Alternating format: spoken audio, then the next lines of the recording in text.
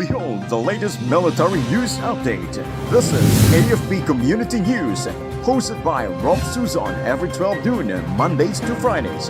Only here on DWDD Armed Forces Radio.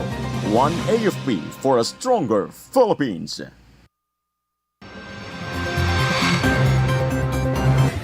Philippine Navy confirms presence of Chinese Coast Guard's monster ship near Ayungin Shoal. Military identifies high-ranking NPA leader killed in Sorsogon clash. Department of Agriculture allocates more than 30 million peso budget for Kadiwa centers in NCR. National Security Council reiterates no threat of any imminent attack from China.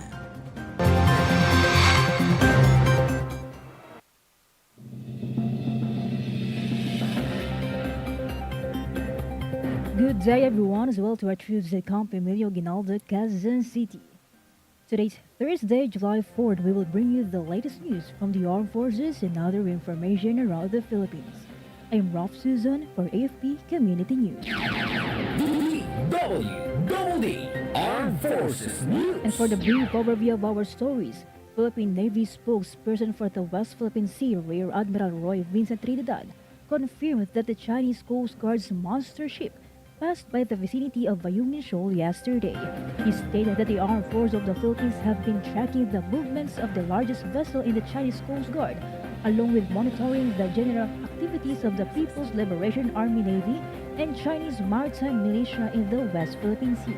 According to Trinidad, the latest report as of yesterday indicates that the monster ship is now stationed at Mischief Reef, which has been converted into a Chinese naval base.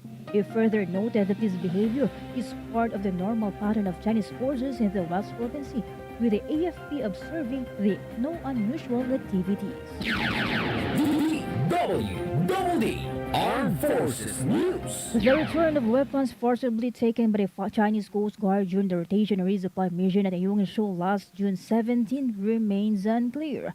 Rear Admiral Roy Vincent Trinidad, the Philippine Navy spokesperson for the West Philippine Sea, stated that the Armed Forces of the Philippines is still awaiting feedback from the relevant government agency regarding the demand for the return of the seized equipment.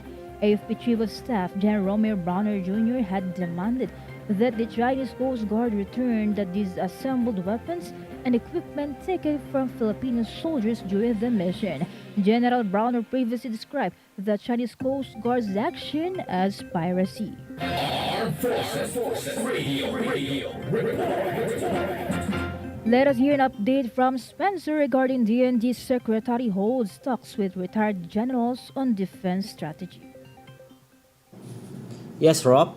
Department of National Defense Secretary Gilbert Chodoro held a meeting with former Defense Secretary Renato Estibilia and members of the Association of Generals and Flag Officers led by Vice Admiral Emilio C. Marayag retired yesterday, joined by Armed Forces of the Philippines Chief of Staff General Romeo Browner Jr. He discussed DND's priorities under the current administration. They also deliberated on the department's policy direction amidst current defense challenges, particularly in the West Philippine Sea. Moreover, Rofh, Secretary Chodoro expressed gratitude to AGFO for their support in the efforts of DND and AFP to address the country's security challenges. And this is Spencer reporting for AFP Community News, one AFP for a stronger Philippines. Thank you so much, Spencer Ross. DWDD Armed Forces News. Military identified the high-ranking New People's Army leader killed in Ruban-Sorsogon clash. According to 9th Infantry Division, his relatives confirmed the slain rebel as Jose Arnel Estelier, alias Mando or Arnel, the secretary of the Sub-Regional Committee 3 of the Bicol Regional Party Committee. The encounter occurred in Barangay Biriran, where he and two other NPA rebels engaged in a 30-minute firefight with the 22nd Infantry Battalion. 9th ID stated that Estelier reportedly ignored the call of the authorities and his family to return to the fold of the law because of the privilege he gets from being leader of the group. Moreover, the troops urged the other rebels to return to the law to avoid the same incidents. DWDD Armed Forces News. Armed Forces of the Philippines Chief of Staff General Romeo Browner Jr. announced that only 7 active communist guerrilla fronts remain, attributing the reduction from 11 fronts in 2022 to the whole of government approach. He also confirmed the ongoing military operations against the remaining guerrilla fronts. Relatedly, General Browner encouraged the New People's Army members to surrender and take advantage of the government's comprehensive local integration program, which offers livelihood and other assistance to former rebels. Last week, Army troopers killed or neutralized 10 communist rebels, including 3 ranking leaders in an encounter in Pantabangan, Nueva Ecija. Armed Forces Radio Report. We have a report coming in about U.S. mid-range missile system to depart Philippines by September. Going for the details, Gina. Rofh, the United States mid-range missile system utilized in recent joint military exercises between Filipino and American troops, will be removed from the Philippines by September. Philippine Army spokesperson Colonel Louis de Maala stated that the mid-range capability system remains in the country and was last used during training with the Army Artillery Regiment last June 27. He said that its capability was solely used for training purposes. The ground-based missile system capable of firing Tomahawk and SM-6 missiles is currently stationed at an undisclosed location in northern Luzon. This is Gina reporting for AFP Community News, one AFP for a stronger Philippines. Thank you so much, Gina. DWDD Armed Forces News. The Armed Forces of the Philippines has renewed its call for remaining New People's Army members to surrender and support the country's defense efforts. AFP spokesperson Colonel Francel Margaret Padilla made the appeal following the death of 10 members of the terrorist group in an encounter in Pantabangan, Nueva Ecija last week. She emphasized that by surrendering, former adversaries could help address external threats faced by the nation. Colonel Padilla said that through unity, they can strengthen the defense and protect the sovereignty of the country. DWDD National News. For our national news, the Department of Agriculture has approved a 34.5 million peso budget for the revitalization of Kadiwa stores in Metro Manila.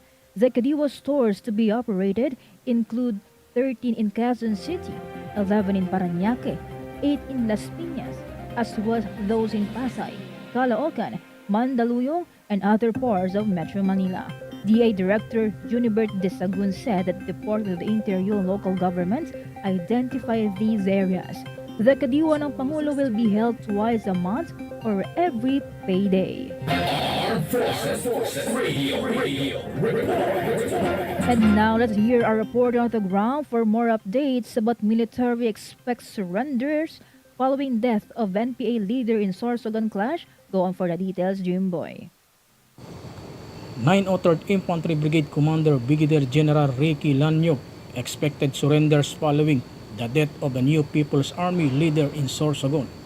He said that Jose Arnel Esteller, also known as Mando Arnel and Ariston, was neutralized in a clash in Tuban. He said personality was the Secretary of Sub-Regional Committee 3 of the Bicol Regional Party Committee and identified by relatives after the encounter. The Army reported firefight with 3 NPA rebels in Barangay Biriran resulting in Esteller death. He said joined the NPA in 1985 and faced charges including multiple murder and frustrated murder. This is Jimboy reporting for AFP Community News, one AFP for a stronger Philippines. Thank you so much, Jimboy.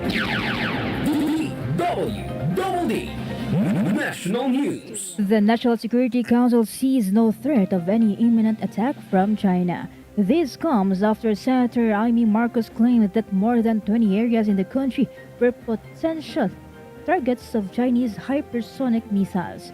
NSC Assistant Director General Jonathan Malaya said that they are not aware of any of these security threats. But he assures that they will reach out to the senator to get more information about her statement. DWDD National News. Filipino fisher folk group Pamalakaya is urging the Chinese government to stop its deployment of warships and militia vessels in the West Philippine Sea. China Coast Guard's monster ship was again spotted in Ayungin Shoal yesterday. Pamalakaya Chairperson Fernando Hicap asked the China to stop harassing the Filipino fishermen in the area. He also said that the group supports the Philippines and China dialogue to resolve the maritime dispute. Armed Forces Radio Report. For other updates, let's hear the details about Philippines issues approximately 50,000 challenges to sea vessels 2024. AFP reports. Go ahead, Bea. Yes, Rofh, the Armed Forces of the Philippines disclosed that around 50,000 challenges have been issued by the Philippines against sea vessels passing through its territorial waters and exclusive economic zone this year. AFP's Chief of Staff General Romeo Browner Jr. revealed that several Chinese warships are nearing Philippine waters. In 2024 alone, there have been 50,000 challenges issued to ships passing through international waters within the Philippines EEZ and internal waters.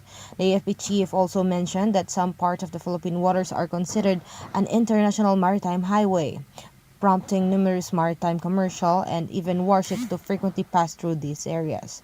This is Beatrice reporting for AFP Community News, 1 AFP for a stronger Philippines.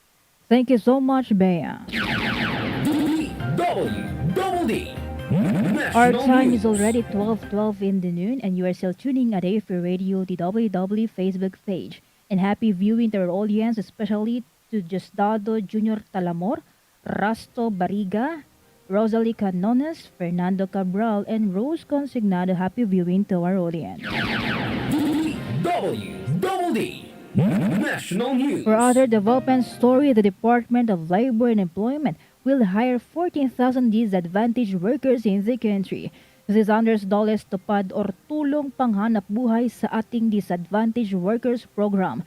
Labor Secretary Bienvenido Laguesma said that tupad beneficiaries include farmers, fisherfolk, indigenous, and other vulnerable families. The program provided a 10-day emergency employment. The workers will be paid the minimum wage in their respective areas. DWDD. National News. The Department of Health is set to conduct a research on mosquito bacteria program to reduce the dengue transmission. DOH Secretary Ted Herbosa said that Wolbachia bacteria is already being used in other countries like Indonesia. According to the World Mosquito Program, the Wolbachia is a common bacteria that blocks viruses like dengue, chikungunya, and Zika from growing in the bodies of mosquitoes. This then reduces the ability of mosquitoes to transmit viruses to the people. Armed Forces Radio Report. On the other line, let's hear from Beth about 10th Infantry Division reports speeds and stability in operational area. The 10th Infantry Division has offered sustained peace and security in its area of responsibility with no recent activity from communist rebels. 10th Infantry Division spokesperson Major Ruben Gadot made the announcement during the press briefing at the Royal Mandaya Hotel yesterday. As he said, that they haven't observed any harassment, recruitment, or violence by the communist terrorist group recently. The division cover region 10, 12, and 13. This is Betaniete reporting for the AFP Community News, 1 AFP for the stronger Philippines. Thank you, Beth Daniete. DWDD. National News. The Department of Trade and Industry has released a price guide on school supplies as classes are set to begin later this month. This includes prices for specific brands of notebooks, papers, pencils, ballpens, crayons, and rulers. Notebook prices range from 11.80 to 52 pesos. Grades 1 to 4 pad paper vary from 9.50 to 61 pesos, while pencils and ballpoint pens are at 3 to 33 pesos. The TTI or the DTI is reminding consumers to check the labels and prices of the school supplies. DWDD. National News. Incoming Department of Education Secretary Senator Sonny Angara vows to pursue proposals to increase the salaries of public school teachers. He believes that teachers' salaries and working conditions affect the quality of education. Aside from this, the new DepEd chief also supports the proposal to prohibit the use of mobile phones and other gadgets inside the classrooms. He said that it would be best if students are not distracted while studying. Armed Forces Radio Report. From Pasig, let us hear some details from Ella about Pasig LGU launches the house-to-house distribution of medicines. Thank you very much. The city government of Pasig will be launched today a house-to-house distribution of medicine for senior citizens in Barangay Malinaw, Pasig City. The said activity is part of the city's founding anniversary celebration, which was successfully held just this past Tuesday. According to the information release of their Public Information Office, aside of distribution of medicines, the city will have again of giving free dentures to all residents in Barangay Pinagbuhatan of their city. Before this, Barangay Santa Lucia's group of senior citizens already had an initial giving free medicines this past month of May. The city local officials urged their constituents to enjoy their program and feel their service delivery to the people. Mayor Bico Sato said that the activities for their founding anniversary was long in the making in welfare of all Pasigueños. This is Ella Mercado reporting for AFP Community News, 1 AFP for Stronger Philippines. Thank you, Ella Mercado. DWDD National News. Moving on to another story, Filipinos First. This is how President Ferdinand Marcos Jr. summarized the proposed 2025 national budget. In a social media post, the president said that the government would like to invest in what matters most. That is investing in job creations, strengthening healthcare, and expanding infrastructure. PBBM said that the proposed budget aims to reduce poverty and ensure that every Filipino benefits from the growing economy. DWDD National News. The camp of suspended Bamban Mayor Alice Guo refused to comment on the recent developments about her nationality. Guo's legal counsel, attorney Stephen David, said that it is premature to comment. He also noted that they have yet to verify the authenticity of the documents used by the National Bureau of Investigation. NBI recently confirmed that the mayor's fingerprints matched Guo Huaping, a Chinese national who came to the Philippines last 2003. Armed Forces Radio Report. From Congress, let us hear update from Terence about Speaker Romualdez lauds the Gilas Pilipinas team for unwavering spirit in beating world number 6 Latvia. Speaker Ferdinand Martin G. Romualdez today lauded Gilas Pilipinas for shocking the whole world with their 89-80 win against world number 6 Latvia in the 2024 FIBA Olympic qualifying tournament today, saying it was their unwavering spirit to represent the Philippine flag that contributed immensely to the victory.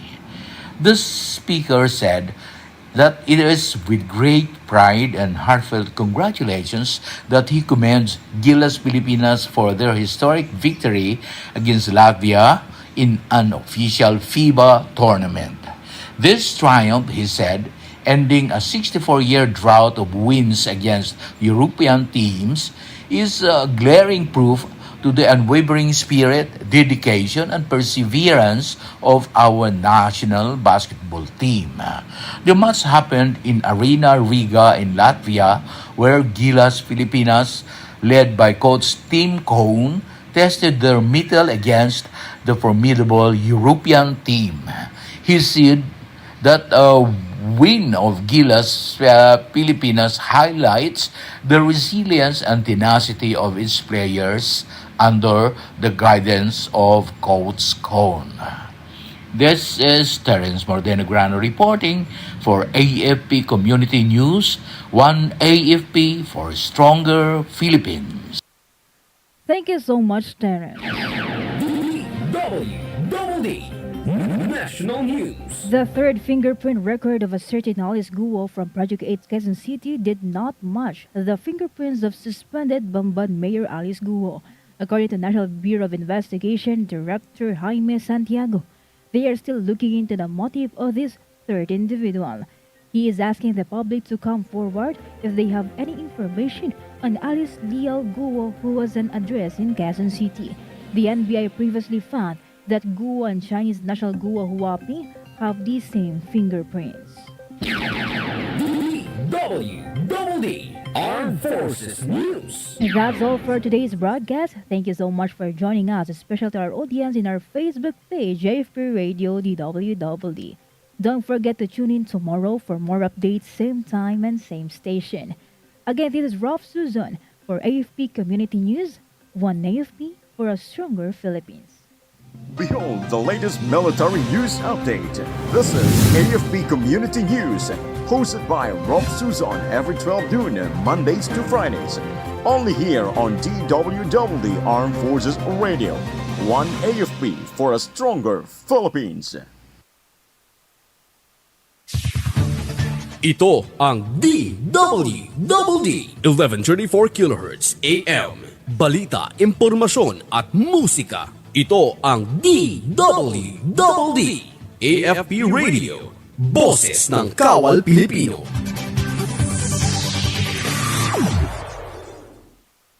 Kayo ay nakatutok sa DWDD AFP Radio. Kami po ay kasapi ng KBP, kapisanan ng mga broadcaster